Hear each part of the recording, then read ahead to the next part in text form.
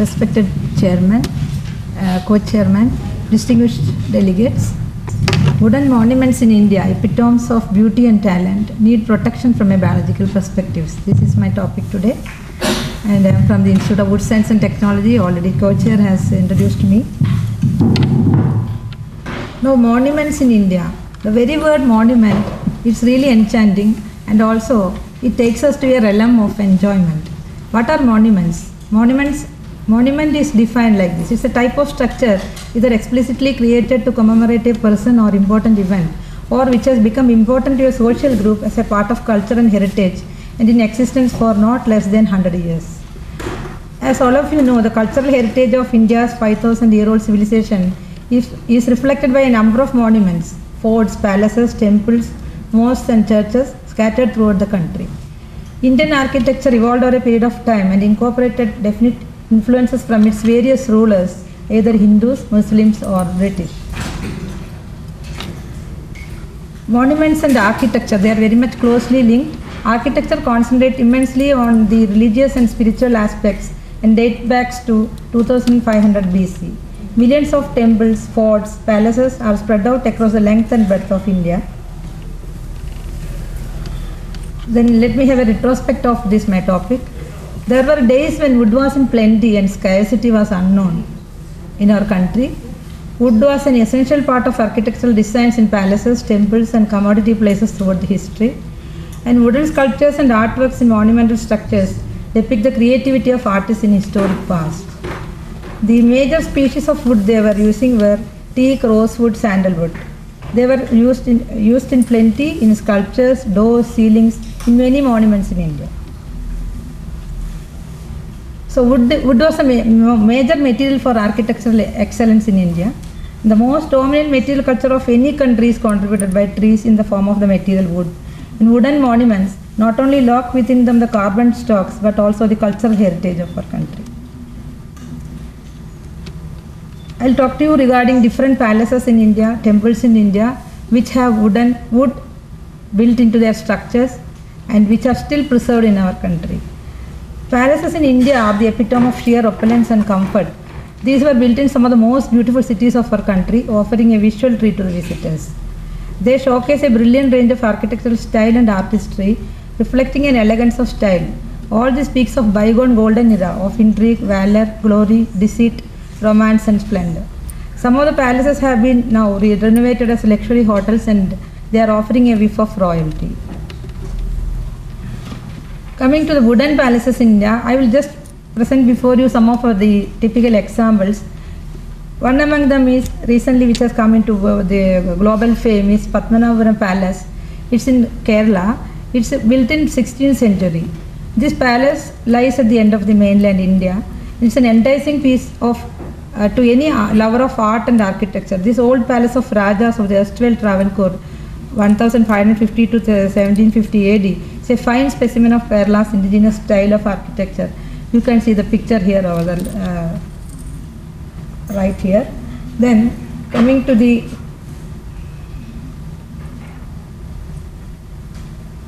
on the top, I have shown you a very interesting wooden monument to say in the Padmanabha Swami temple installed in 1833 during the reign of Swati Tirunal. It's named as Mason Money clock.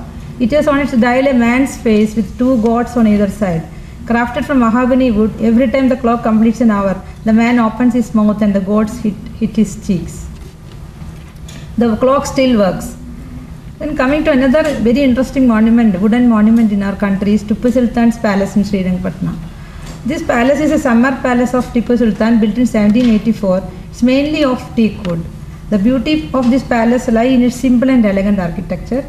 Every pillar and wall are profusely painted with variegated colors made of vegetable dyes. This palace, we visited this palace and from 3-4 years back, the biodigestion had started in that. It consisted of the presence of wooden wasps as well as fungal decay, mainly by white rot or wet rot fungi. Mold and lichen attack the canvas and mural paintings. Coming to temples and architecture, they are inseparable in India. Again coming to Sri Padmanabha Swami temple, the ceiling is of pure artistry in itself and is made of well seasoned wood, abounding in carvings. There are many architectural bound temples in India. Some of them may not be having that much wood in them. Many of them are architectural beauties, but most of them have some part or the other made up of wood. At least their doors and windows. Then temple wood art. In some of the temples, you see the many artistic products. For example, this picture shows you the wooden carved wheel of Sun Temple. Similarly, in northwest coast of India, the temple of Somnath is very famous for its beautiful wooden skills. The doors of this temple are famed for their magnificence and are highly valued as sacred relics. Another interesting temple in India is Jagannath Temple in Puri. This wooden idol of Lord Jagannath, Balram and Subhadra, these are the three deities in India, in Puri. They are unique and made of neem wood. The building of idols of three deities take place once in 12 years in the month of Ashad. Since this is made of wood, they change the idol every 12 years. So this is to protect them from biodeterioration. Coming to wooden chariots, very interesting. Chariots figure prominently in the Rig Veda, evidencing their presence in India in the 2nd millennium BC. With its historic and mythological residues, Hampi in Karnataka is in the list of UNESCO's World Heritage Sites, capital of the Hindu Empire Vijayanagara, who ruled South India during 14th to 16th century AD. Here in a largest religious festival in Hampi every year, the image of the god and goddess is kept on the temple car, this giant wooden chariot, and it is taken as a procession in the main chariot street. Similarly, Rath Yatra is a chariot procession. It's a journey towards salvation, it is believed. Chariot festival is observed in Puri, one of the 4 greatest places of pilgrimage in India. Here 3 chariots, one each for each lord, Jagannath, Balram and Subhadra. They are brought to the streets of Puri and drawn by thousands of devotees. As you can see, there are 3 chariots, and one of the chariot is 44 feet, another 43 feet, 45 feet. Each year these chariots are built with wood collected on Vasant Panchami day, an auspicious day in the year, and there is not a single piece of iron used in it. Then heritage village and wooden chariot. In India there are many heritage villages. Recently one village in Kerala, it's declared as a heritage village. One of the oldest Shiva temple in Malabar it is. It's the Vishwanatha Swami temple built in AD 1425. The major festival is the annual Kalpati Rathotsavam. That's a chariot festival. Highly decorated wooden chariot is moved by a crowd of devotees. And you can see nice woodwork in a chariot used in the festival. Then interestingly, many of the gods in some of the temples in India are made up of wood. One example is Ganapati temple. It's in Somwarpet in Pune. The idol is wood and the temple made of stone has beautiful carvings in its exterior. As I already told you, some of the monuments are mostly they are made up of stone, but some of the important artifacts or structures are made up of wood there. Similarly, in Himachal Pradesh, one of our states in India, there is a very famous temple in Hidimba temple in Kullu. You can see the picture. The temple is constructed in pagoda style, displays the finest example of wood carving on it. Another one is situated at an altitude of 2435 meters. Another temple, Vijay Mahadev temple. It's offering a commanding view. And one interesting aspect is you find a 20-meter high wooden pole stands in front of the temple, which is supposed to be installed for seeking blessing from the sky. Then wooden monuments, again coming to temples in Kerala. Another interesting feature in temples of Kerala or most of them have wooden Dvajastambham, that means flag pole, which will be just in front of the temple, and it has very great importance. They are usually treated in gingerly oil for about a year before they are being installed. So this is how the stambhas are protected against biodeterioration. Then mostly in Kerala temples, the idols in these temples are normally made of stone or wood. The preferred wood is that of jackfruit tree. And the idols are usually in most of the temples given puja, and they use some abhishekam, that is they will in other temples they use even water to while praying the god, but in these type of temples they are not being usually done, and the statue is coated with saffron mixed in oil. This ensures a very long life for the wooden structure. Yet again, there are many examples here. Some of them I have put it here. These are very famous temples in Kerala, and they are made up of exclusively woodwork and scenes from the Puranas are depicted in the Sanctum Sanctorium. Then woodwork and wooden statues in churches. Many churches and cathedrals are built during 16th and 17th century AD, especially in Goa in India. The paintings in the churches are on wooden borders and fixed between panels having floral designs. Excepting a few which are in stone, the statues are mostly in wood, delicately carved and painted to adorn the altars. They depict mostly the saints, Mother Mary and Jesus on the cross. Then coming to I have just given you some glimpses of some of the important monuments in India which have wood in them. And the main agencies of wood degradation, as all of us know, weathering, solar radiations, pollutants, chemical, mechanical and light energy factors.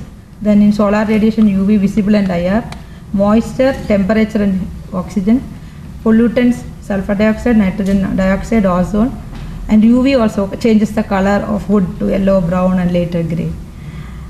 All of us know weathering is a surface phenomenon, and as penetrability of UV and visible rays is limited to 75 and to 200 microns. Water as dew or rain exposes the surface and degradation goes up to the depth of 0.05 to 2.5 mm.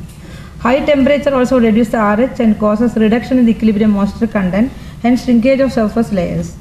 Air moisture fluctuations also cause shrinkage. Similarly, wood of sand and dirt causes mechanical abrasion. Sandblasting effect occurs on the wooden monuments. Weathering leads to degraded cellulose in 20 to 30 years, loses color, luster and erodes 16 to 13 mm per century. So the main causes for biodegradation of wooden monuments, as all of us know, mainly decay, termite attack, insect borers and wood inhabiting bees and wasps. Some of the pictures of some of the most important wood-eating insects in India have been shown here. Coming to fungal attack, even the most durable wood species found resistant to decay fungi, they fall a victim to fungal attack due to photodegradation and depletion of wood extractives that contribute to the resistance. Fungal degradation is a rapid process, and if favorable conditions continue, can destroy the entire wood. Surface checking and cracking along with photodegradation and weathering exposes new surfaces for the fungal attack, leading to more rapid degradation. Wood coming in ground contact is prone to soft rot attack, and this effect is more pronounced in hardwoods.